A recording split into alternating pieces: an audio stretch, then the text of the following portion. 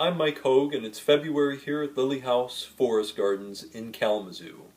Forest gardening, food forests, or home gardening is a way of growing food, fuel, crafts, and medicine by working with nature instead of against it. It's found around the world across cultures and continents.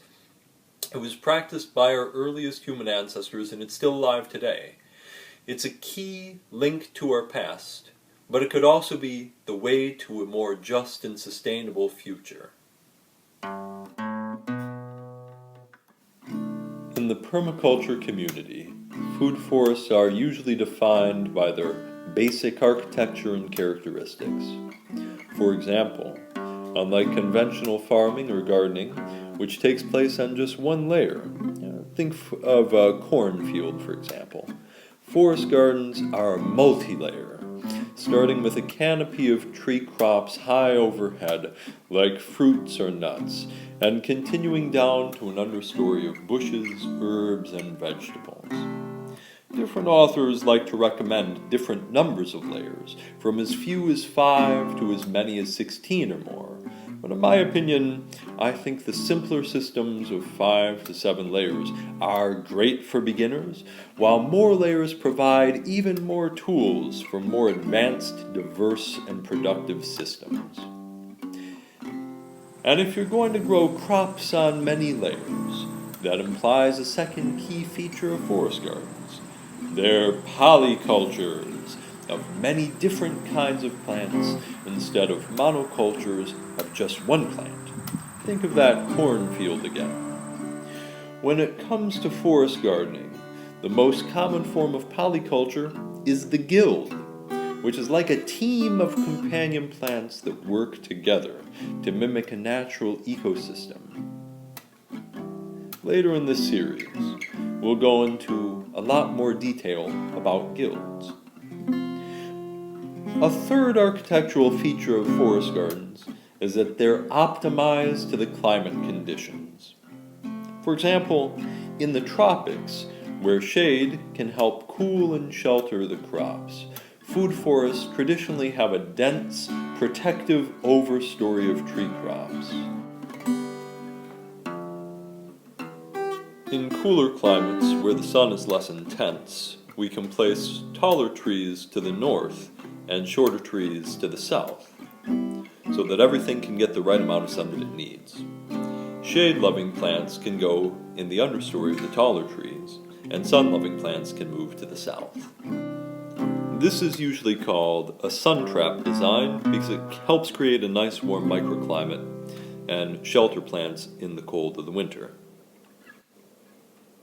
Another feature that you see here is a heterogeneous texture as opposed to a homogeneous one that you might see in a traditional orchard with even spacings and rows of crops. In a food forest, we have a much more randomized assemblage that mimics nature. This has been found to increase the ecological resilience of the plants in the ecosystem. A final important architectural feature of forest gardens is that they work with natural succession. Natural succession is the process of how ecosystems evolve over time from bare soil and grasslands to mature forests as the trees grow and the canopy closes. Well-designed forest gardens take advantage of the same process, following an arc of succession as they mature, going from young, sun-loving, herbaceous plants and filling into bushes like an old field and eventually moving towards a savanna or woodland-type ecosystem. And finally, we can define forest gardens by their use and function to the people who grow them. Traditional forest gardens are more than simple food production plots. They're vital living spaces, pleasure gardens, important places for family and community where people live.